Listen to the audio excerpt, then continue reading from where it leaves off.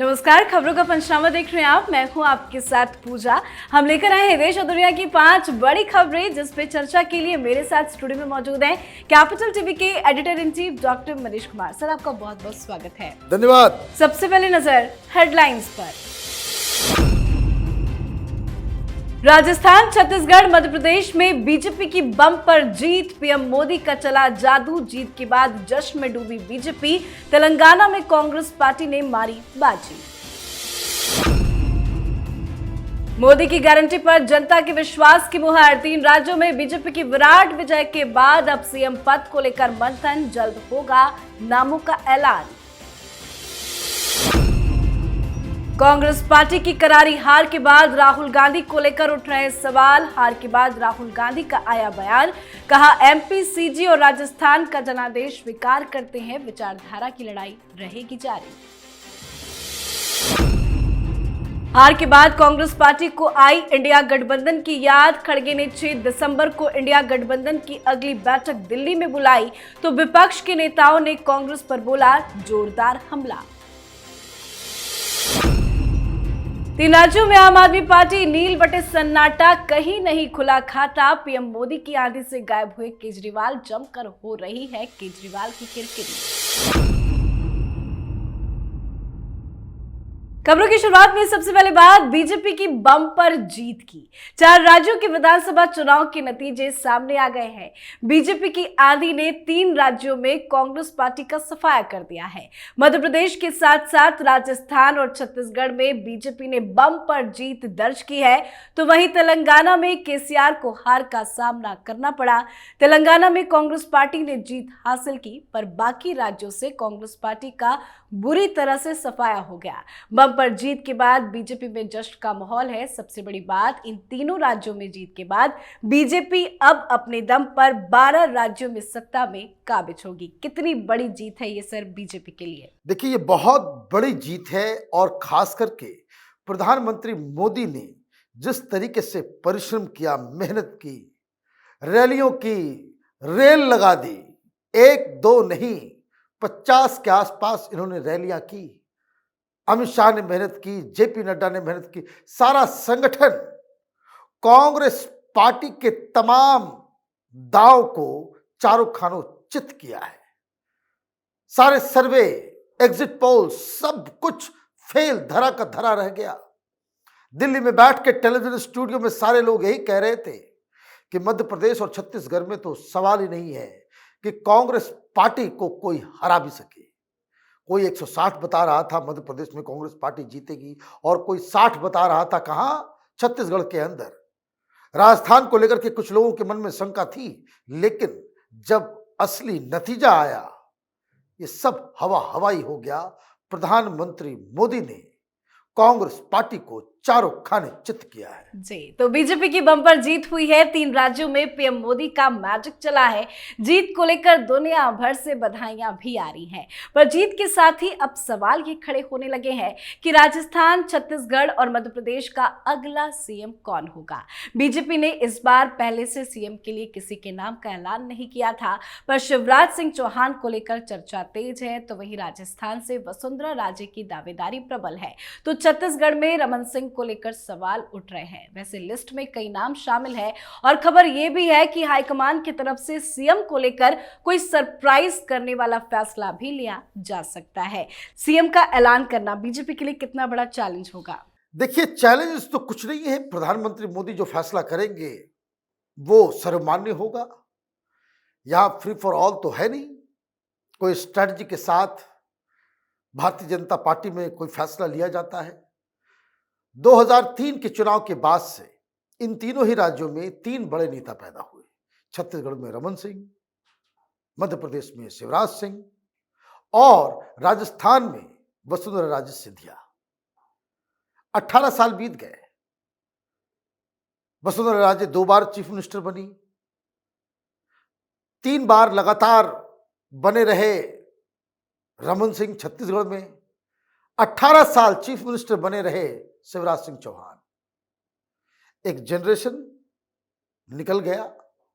नए लोगों, नए जनरेशन, नए किस्म की राजनीति की अब आवश्यकता है, और इसके लिए नए चेहरे ढूंढने होंगे, ऐसे चेहरे जो भारतीय जनता पार्टी को और इसकी विचारधारा को आगे 10-15 साल तक अपने कंधों पे कैरी कर सके। जी, तो बीजेपी जश्न के साथ साथ आगे की रणनीति पर जुटी है, तो कांग्रेस पार्टी में हार को लेकर मातम पसरा हुआ है।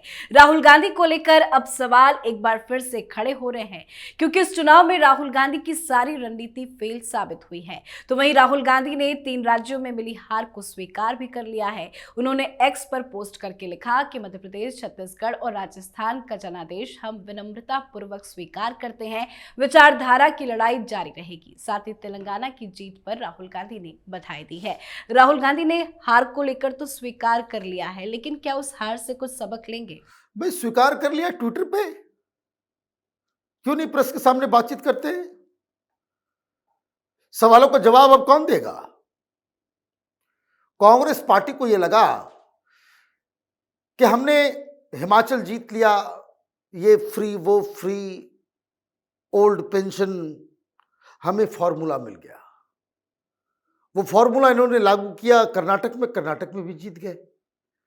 इनको लगा कि अब तो मोदी को हरा करके बाहर कर देंगे। वही फॉर्मूला इन्होंने अप्लाई कर दिया राजस्थान, मध्य प्रदेश, छत्तीसगढ़ और तेलंगाना में। तेलंगाना में भारतीय जनता पार्टी तो है नहीं। 3 राज्यों में जो बड़े बड़े राज्य हैं, वहां ओवर कॉन्फिडेंस की वजह से कि उनको लगा कि अब तो हमारे पास विनिंग फॉर्मूला आ गया। बॉलीवुड में जैसे हिट का एक फॉर्मूला होता है ना, एक ही तरह की फिल्म बनती रहती है कि हिट फॉर्मूला बन गया। इनको समझ में नहीं आया कि ये अचानक से आपने भारतीय जनता पार्टी को इस फॉर्मूले से चैलेंज किया, इसकी काट तैयार हो सकती है। राहुल गांधी के इमैच्योर फैसले, कांग्रेस पार्टी के संगठन का वीकनेस और पब्लिक को मूर्ख समझने की जो गलती राहुल गांधी ने की, उस वजह से ये हारे हैं। और हार को स्वीकार करने की जगह ट्विटर नहीं है, प्रेस कॉन्फ्रेंस है, वो उन्हें करना चाहिए। जी, तो राहुल गांधी ने हार स्वीकार कर लिया है। साथ ही कांग्रेस पार्टी को अब हार के साथ ही इंडिया गठबंधन की भी याद आ गई है। कांग्रेस अध्यक्ष मल्लिकार्जुन खड़गे ने इंडिया गठबंधन की बैठक 6 दिसंबर को बुलाई है और इसके लिए वो खुद से इंडिया गठबंधन के अलग अलग दलों के नेताओं से फोन पर बात करके आमंत्रित भी कर रहे हैं। ये बैठक दिल्ली में बुलाई गई है, पर मीटिंग को लेकर अब विपक्ष के ही बड़े बड़े नेता कांग्रेस पार्टी पर हमलावर हो गए हैं। उमर अब्दुल्ला ने कहा कि कांग्रेस ने 6 दिसंबर को खाने पर बुलाया है। उनको 3 महीने के बाद इंडिया गठबंधन की याद आई है। उन्होंने ये कहा कि अब देखते हैं आगे क्या कुछ होता है। अचानक से क्यों खड़गे जी को विपक्षी गठबंधन की याद आ गई? हमने इलेक्शन रिजल्ट के दौरान जो प्रोग्राम बनाया उसमें मैंने कहा था कि तारीख तो उन्होंने दे दी, लेकिन अब सारे लोग इसका विरोध करेंगे। ये आनन फानन, आपने तारीख दे दी 6 दिसंबर, ये भी नहीं सोचा 6 दिसंबर कौन सा दिन होता है। आप ये देखिए राजनीतिक तौर पे ये लोग कैसे, कितने अमेच्योर हैं। अब खाने पे बुलाया गया है, किस दिन? 6 दिसंबर। 6 दिसंबर कौन सा दिन है? अयोध्या में वो ढांचा टूटा था उस दिन, और उस दिन आप मीटिंग कर रहे हो। ठीक है, आपने मीटिंग कर लिया, तारीख अपने से तय कर लिया। अब लोग ये कह रहे हैं कि चूंकि 8 तारीख को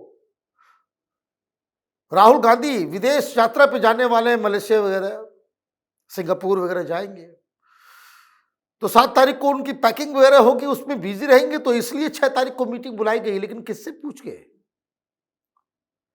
यह भी विवादों के घेरे में है, क्योंकि ये जो इंडिया अलायंस के जो लोग हैं, अब राहुल गांधी की लीडरशिप और कांग्रेस पार्टी को चौधरी बनने का मौका नहीं देगी। ये जो हार हुई है, ये सिर्फ बीजेपी से नहीं हारे हैं, इनकी पोजीशन इंडी अलायंस के अंदर एक सीनियर पार्टनर के रूप में, उसमें भी चूक हो गई है। क्योंकि ममता बनर्जी, नीतीश कुमार, अखिलेश यादव अब इस इंडी अलायंस के अंदर कांग्रेस पार्टी का नट बोल्ट जो है पूरी तरीके से टाइट करके रखेंगे। जी, अब बात आज की आखिरी खबर की। दिल्ली और पंजाब की सत्ता में काबिज आप ने मध्य प्रदेश, छत्तीसगढ़ और राजस्थान में पूरी दमखम से चुनाव लड़ा था। आप प्रमुख अरविंद केजरीवाल और भगवत मान सहित पार्टी के कई नेताओं ने रैलियां भी की थी। हालांकि इनका कुछ फर्क नहीं पड़ा है। राज्य में केजरीवाल को बड़ा झटका लगा है, कहीं भी खाता तक नहीं खुला है, जिसको लेकर अरविंद केजरीवाल की जमकर किरकिरी हो रही है। क्या हो गया? कट्टर ईमानदार पार्टी को लोगों ने स्वीकार क्यों नहीं किया? आपके पास दूरबीन है? जी, दूरबीन लगाई जरा रिजल्ट के ऊपर। तीनों चारों राज्यों में, तेलंगाना में तो ये नहीं लड़े, राजस्थान, मध्य प्रदेश और छत्तीसगढ़ में उम्मीदवार उतारे। आपको मालूम है, इस कट्टर ईमानदार, ये नेशनल पार्टी है, प्रधानमंत्री बनने का सपना लिए एक भी सीट ऐसी नहीं, ऐसा उम्मीदवार नहीं रहा अरविंद केजरीवाल का जिसकी जमानत जब्त नहीं हुई। सारे के सारे उम्मीदवार, उसकी जमानत जब्त हो गई। और मैं आंकड़ों को देख रहा था, किसी भी राज्य में 1% वोट तक नहीं आया। और सबसे बड़ी चीज, हर राज्य में, इन तीनों राज्यों में जहां जहां ये चुनाव लड़ा है, तेलंगाना में नहीं लड़ा है, तीनों ही राज्यों में नोटा को वोट ज्यादा मिला है, अरविंद केजरीवाल की पार्टी को कम मिला है। कितना कम? अब ये भी सुन लीजिए। नोटा में दुगना वोट मिला है, जितने वोट नोटा में पड़े उसका आधा वोट अरविंद केजरीवाल को मिला है। लेकिन इसके बावजूद भी अगर बेशर्मी ना दिखाए तो फिर बात ही क्या है। मैं देख रहा था, आम आदमी पार्टी के लीडर ये दावा कर रहे हैं रिजल्ट आने के बाद सारे जगहों पे हर उम्मीदवार का जमानत जब्त, उसके बाद भी ये कह रहे हैं कि इन नतीजों से एक चीज तय हो गया है कि नॉर्थ इंडिया की सबसे बड़ी अपोजिशन पार्टी आम आदमी पार्टी है, 2-2 राज्यों में हमारी सरकार है। ऐसे नहीं कहता मैं कि हिंदुस्तान की राजनीति का ये नटवर लाल है। जी, बहुत बहुत धन्यवाद सर बातचीत के लिए। धन्यवाद। खबरों का पंचनामा में आज के लिए फिलहाल इतना ही। देश विदेश की बाकी खबरों और उनके सटीक एनालिसिस के लिए देखते रहिए कैपिटल टीवी। में लाइक कीजिए, शेयर कीजिए और कैपिटल टीवी को सब्सक्राइब कीजिए। नमस्कार।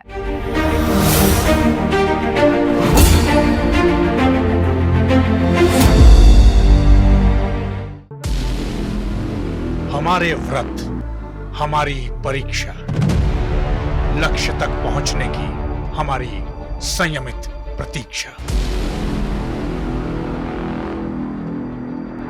हमारे छठ से और हमारे हठ से पूरी दुनिया वाकिफ है। हमें विकल्प पर नहीं, अपने दृढ़ संकल्प पर अटूट विश्वास है। क्योंकि हार हम मानेंगे नहीं और विपरीत परिस्थितियों पर प्रहार हम छोड़ेंगे नहीं, जब तक हमारी जीत सुनिश्चित नहीं हो जाती। क्योंकि हम बिहार से हैं।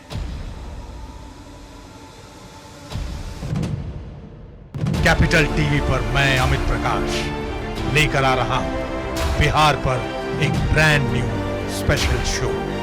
हम बिहार से हैं।